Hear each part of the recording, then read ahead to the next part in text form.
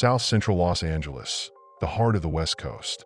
A neighborhood rich in history, culture, and conflict, South Central has always been a place where the hustle runs deep. Today, we're zooming in on a part of South Central that's lesser known, but no less legendary. West 55th Street, nestled between Normandy and Vermont. This section, once home to a collective of residents known as the 55 Hustlers, has witnessed some of the most turbulent decades in Los Angeles history. In the 1980s, when the rest of LA's gang violence was escalating, this area remained relatively peaceful. The palm trees, the neatly kept lawns outside bungalow-style homes, and a vibe that felt worlds apart from the chaos elsewhere, made it seem like a decent place to raise kids. But the tranquility didn't last. As the city spiraled into the violence of the 1990s, the 55 Hustlers banded together to defend their turf.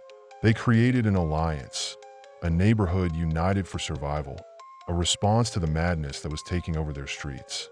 Fast forward to 1992, Los Angeles recorded a staggering 1,092 homicides, with the bulk of them concentrated in South Central. Life was an unrelenting grind of fear, with gangs like the Crips and Bloods controlling vast territories. And in the middle of it all, the 55 Hustlers decided to evolve. They merged with several other factions, the 57s, the 58s, and aligned with the infamous Rolling 60s to form the Rolling 50Crips. This move wasn't just about survival, it was about dominance. Over time, the Rolling 50s became synonymous with toughness, with the reputation to back it up. Members of this group weren't just trying to stay alive. They were trying to assert their place in a city that was teetering on the edge. With this rise, however, came fierce rivalries, and the 55 Hustlers had no shortage of enemies. Let's break down who they're up against. South Central streets are a maze of rivalries and territorial boundaries, and the 55 Hustlers find themselves boxed in on three sides by some of the most notorious gangs in LA. First, we have the Hoovers. These guys aren't just a rival. They're one of the oldest and most dangerous gangs in LA. Founded in the 1960s, the Hoovers are named after Hoover Street, which slices right through their territory. But don't be fooled. The Hoovers cover a lot of ground, and they're spread across multiple sets like the 5 Deuce, 5'9", 7'4", and 112. Their main section, the 5 Deuce Hoovers, is a stone's throw away from the 55 Hustlers, and the tension is palpable. The Hoovers are known for wearing Houston Astros jerseys, so if you ever find yourself in South Central and see someone in an Astros jersey, well, you've just crossed paths with the Hoovers. But it's not just the Hoovers who pose a threat to the 55 Hustlers. Just north of 55th Street, there's a gang called 51 Trouble, originally known as Nothing But Trouble. These guys wear Texas Rangers gear to show their affiliation, a subtle but unmistakable sign of the rivalry. And to the west of the 55 area, there's the Van Ness Brims, another formidable group vying for control in the streets of South Central. The 55 Hustlers have a long and tumultuous history that intertwines survival, violence, and shifting alliances. Founded in Los Angeles, this gang has been defined by its brutal actions, ongoing rivalries, and the persistence of gang warfare over decades. While its roots stretch back to the mid-20th century, the 1990s were especially formative, marked by a rise in gang violence and deadly confrontations across the city. Here's an in-depth look at the key moments that have shaped the 55 Hustlers' legacy. One of the most pivotal figures in the 55 Hustlers' violent narrative is Marquis Calise, infamously known as Tiny Crumb. His reign as the leader of the rival 51 Trouble gang during the early 2000s was marked by ruthlessness and a complete disregard for human life. Tiny Crumb's notoriety reached a breaking point in December 2011 when he was involved in a drive-by shooting on 55th Street, a notorious stretch that became synonymous with gang violence. The victims, Andre Drock Lockhart and Stephen Tiny Drawdown Wade, were targeted in an apparent gang-related retaliation. Tragically, Talitha Lockhart, Drock's sister, witnessed the entire attack, a chilling reminder of how deeply the violence affected families. However, Talitha's act of courage set the stage for justice. Despite immense pressure and threats from the streets to stay silent, she chose to testify against Tiny Crumb.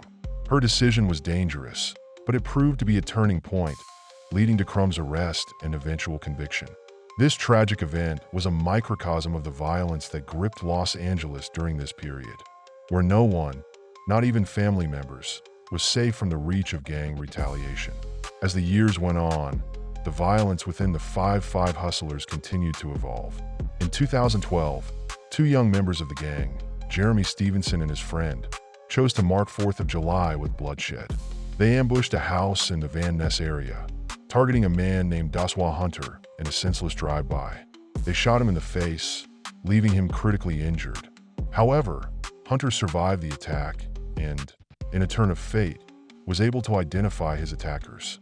This act of violence sparked an investigation that led to the swift arrest of Stevenson and his accomplice.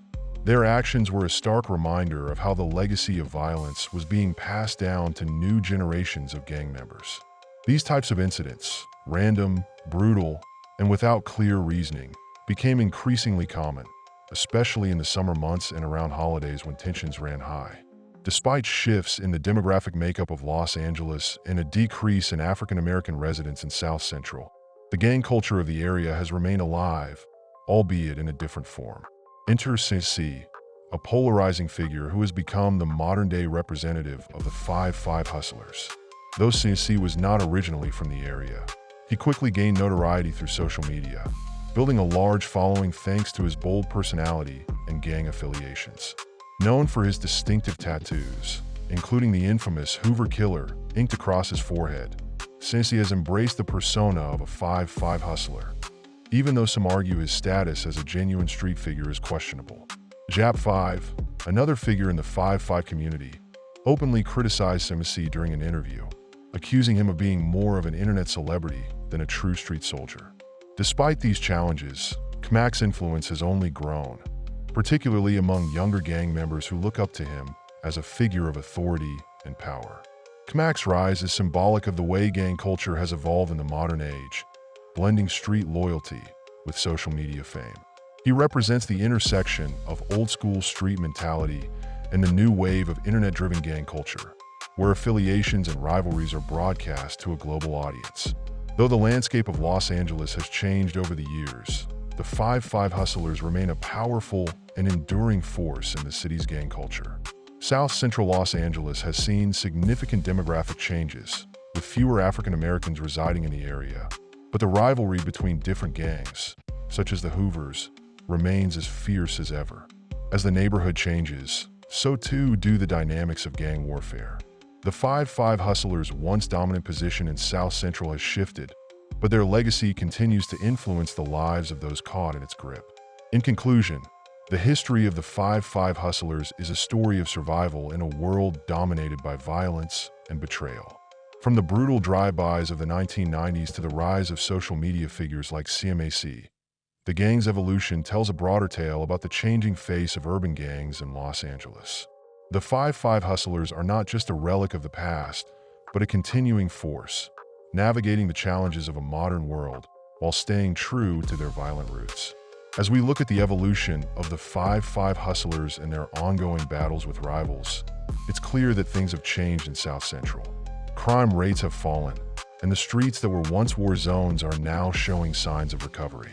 The new generation of gang members, like CMAC, are emblematic of this shift, caught between the legacy of the old ways